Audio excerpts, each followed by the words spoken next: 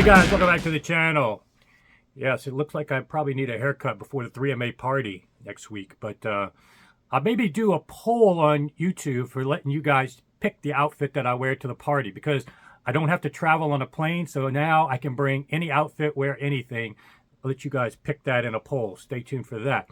But what I wanted to do with today's video is continue my press interviews from that tour I did of Italy of various facilities with the Fidelity Imports distributor.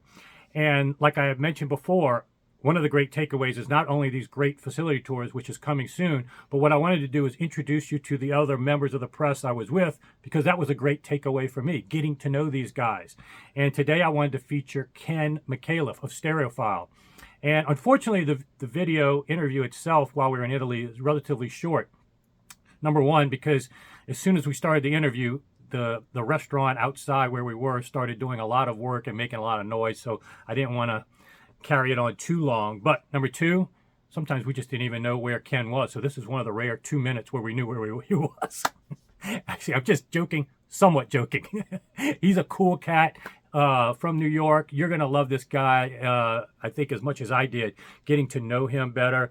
So much more than what you can glean from just Stereophile reviews. And to his credit, of all the people on the press tour, he probably reviewed the most equipment from these various manufacturers of anybody. So definitely check out his reports on these different facilities, because he's going to have a different perspective than others that don't, like me, I don't do reviews, and, you know, different people that have different, like Randy has a more budget gear focused. He's definitely going to have some interesting perspective, and I think all of our perspectives will be complementary and valuable to you. The contrast will be helpful versus, you know, duplicative. So he's a great guy, and one of the things that you'll hear us talk about in the interview, and one of my takeaways, is that we kind of bonded on several levels, but one of the things is that we both have a YouTube channel which is much more modest in size than Randy, Cheap Audio Man.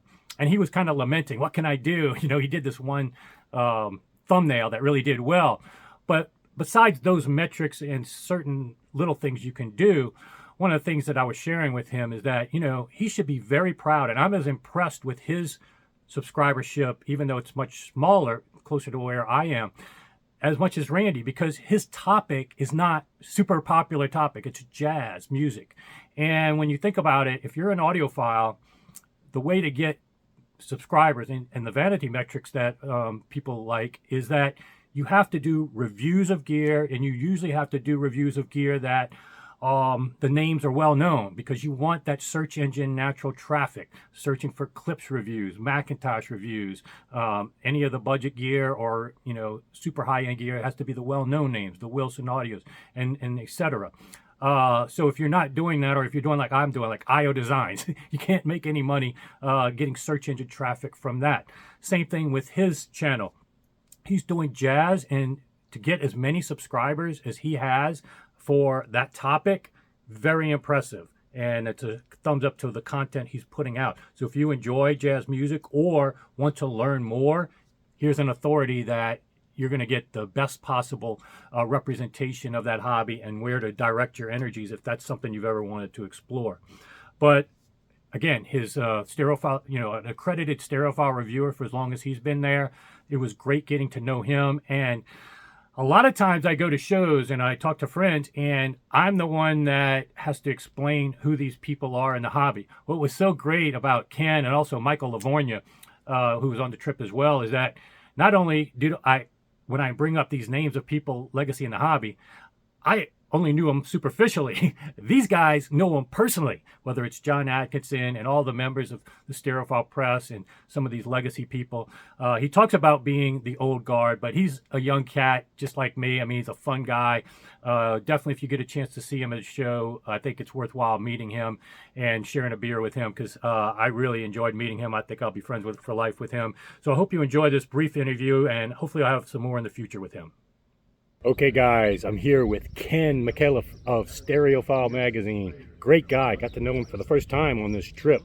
And I wanted to let you guys get to know a little bit more about him as well, because a lot of times with He does have a YouTube channel, first of all, so you can check him out, but he focuses on jazz recording. I'll let him tell you a little bit more about that. But also he's a Stereophile accredited reviewer, and sometimes you don't get to know a lot more than what's in the print magazine. So Ken, why don't you tell us a little bit more about yourself, your background, and also your YouTube channel? Thank you, Jason. It's been a blast to hang out with you, and I've learned so much. This has been an intensive learning course for the old media guard with the new media guard. And Michael Lavornia from Trinity Machines and I have talked about it like, these guys are like young and they're punks. Anyway, thanks for having me on here. Yeah, I write for Stereophile and I review all kinds of different equipment. I studied advertising design in college, but I really wanted to be a musician. So I was a musician for many, many years, which is why I came to New York and I played jazz for a bit. Then I realized I don't really have any talent to do this compared to the greats in the city. And so, yeah, I live down in Greenwich Village, and my apartment's full of insane gear, and it's, you know, Stereophile reviews, there's a very high bar we have to set every month just for ourselves. All these things we have to hit, and fact-checking, but it's been amazing to hear my evolution of my own system growing and changing, but I'm pretty much an analog guy. I review turntables and tube amplifiers, that's my sweet spot. Horn speakers. Horn speakers, yeah. Yeah, I like horn speakers. And you're really good at jazz recordings, and I checked out your YouTube channel. Thanks. You got that one goofy face video. Great job. That's a really popular video for me, We've learned Cheap Audio Man's secret. It just make a face like you've been punched in the nuts, and then you're going to be a major star. Right. So. Yeah, you know, that seems to be part of the key. But yeah, I'm trying. It's hard for me because I'm a background guy. I was a drummer, and then I was a writer, so it's hard to put your face forward, but I keep trying, you know. Yeah, so check out his YouTube channel. What is it called? If you just Google jazz vinyl audiophile, it'll come up. Yeah, check him out in Stereophile, and you'll see him in a lot of my videos of photobombing it. So we're having a great time. But a great guy, and we're having a fabulous time. Today we're going to go check out Alare and Audia Flight. So stay tuned for a lot more from there.